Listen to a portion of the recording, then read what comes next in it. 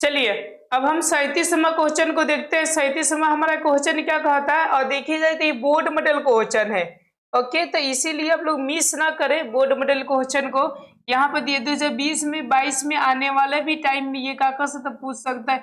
ये subjective objective दोनों में ये क्वेश्चन करता है कि दांडी यात्रा, 37वां क्वेश्चन कहता है दांडी यात्रा का क्या उद्देश्य था। ये पार्ट नंबर हम लोग चले गए 4 में, भारत में राष्ट्रवाद। किस में चले गए जी बाबू, भारत में राष्ट्रवाद में चले गए। ओके, अब ध्यान से समझिएगा दांडी यात्रा का मुख्य उद्देश्य क्या था। मैं आपको एक वर्ड में आंसर बता दूं, इसका मुख्य उद्देश्य था नमक को प्राप्त करना, नमक प्राप्त करना। ये एक वर्ड में मैंने आंसर बता दिया, क्योंकि एक वर्ड में तो समझिए कि आपको क्या करेगा, सिर्फ ये ऑब्जेक्टिव के लिए होगा, लेकिन सब्जेक्टिव लिए तो मिला जुला कर आपको तो लिखना पड़ेगा ना, इसके बारे में और भी आपको कुछ लिखना पड़ेगा। अब हम लोग क्या क्या लिखे इसमें, आप लोग ध्यान दीजिएगा। हम इसमें हम लोग क्या क्या लिख सकते हैं। ओके, तो दांडी एक जगह का नाम था, याद रखिएगा। ऐसा लिखेगा कि दांडी एक क्या था, जगह का नाम था, जगह का क्या बाबू था, नाम था। और ये समुद्र तट पर था। ये कैसा था बाबू, समुद्र तट पर था, ऐसा लिख दीजिएगा कि तट पर था।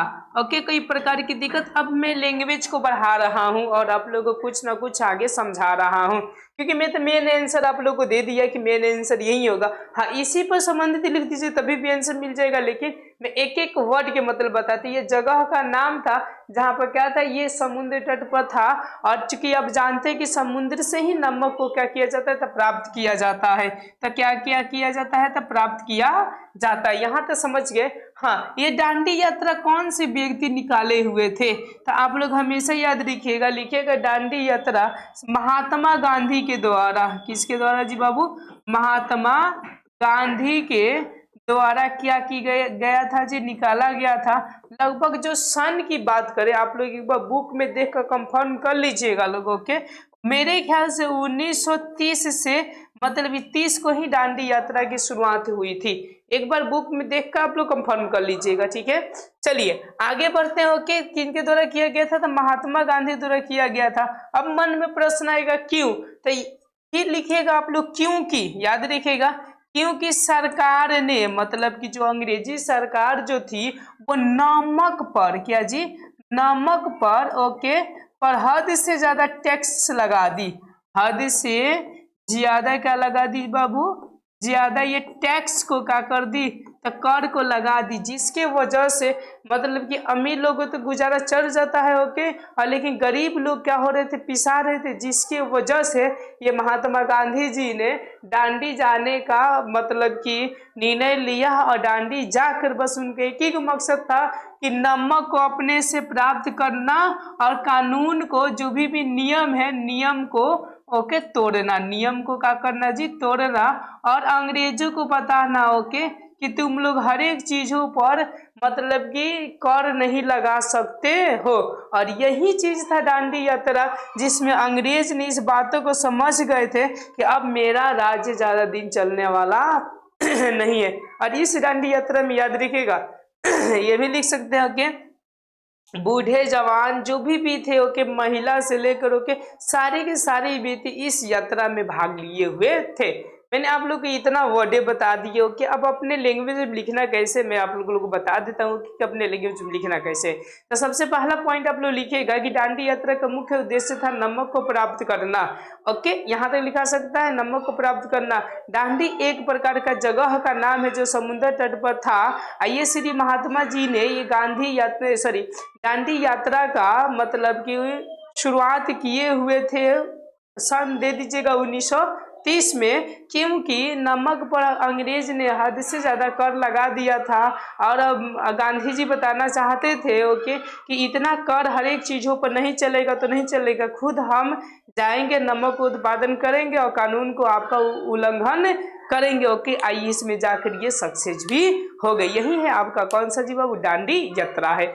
अब चलिए, अब हम लोग इसके लैंग्वेज को देख लेते हैं। लैंग्वेज का करते, देखिए आप लोग को दिखाई दे रहा है कि इसमें बहुत सारे व्यक्ति क्या किए हैं जी, भाग लिए। किनके साथ है जी, तो गांधी जी के साथ है। ओके, चलिए यहाँ पे देखिए ओके, ये लैंग्वेज क्या कह रहा है, ध्यान से समझिएगा। ओके, दांडी यात्रा का उद्देश्य में, ठीक है। ठीक है, लैंग्वेज बाबू बोल रहे हैं कि दांडी यात्रा का उद्देश्य दांडी समुद्र तट पर पहुंचकर, मैंने बताया ना कि दांडी एक जगह का नाम है जो समुद्र तट पर स्थित है। कहाँ है जी बाबू? समुद्र तट पर स्थित है। समुद्र से पानी से नमक बनाकर नमक कानून का उल्लंघन कर सरकार को बताना था कि नमक पर कर का मतलब समझ सकते हैं, टैक्स बढ़ाना अनुचित फैसला है। साथ ही यह सरकार के खिलाफ, ठीक है ना, सविनय अवज्ञा आंदोलन के शुरुआत का संकेत भी था। कि किसका था? सविनय अवज्ञा आंदोलन के। चलिए देखिए, इनका मतलब ये भी संकेत देना था, ओके, कि सविनय अवज्ञा आंदोलन के मुख्य शुरुआत का भी संकेत भी था। अब आपके मन में आएगा ओके ये प्रश्न कि सविनय अवज्ञा आंदोलन क्या है, तो मैं आपको बता दूं ओके कि यह अंग्रेज के खिलाफ, किनके खिलाफ जी बाबू? अंग्रेज के खिलाफ ये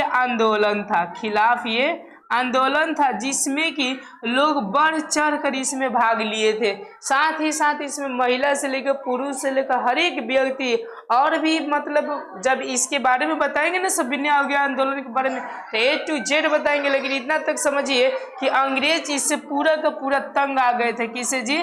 सविनय अवज्ञा आंदोलन से, क्योंकि अंग्रेजी कपड़े भी जलाए जा रहे थे। जहां तहां लोग जो सरकारी में कार्य कर रहे थे ओके, अंग्रेजी यहाँ भारतीयों के, वो भी क्या कर रहे थे? क्लास यूं समझिए कि वहां का जॉब वो छोड़ रहे थे। ओके, आपको बहुत बेहतरीन से 37 नंबर क्वेश्चन समझ में आ गया। दांडी यात्रा से क्या उद्देश्य था। ओके, धन्यवाद। चलिए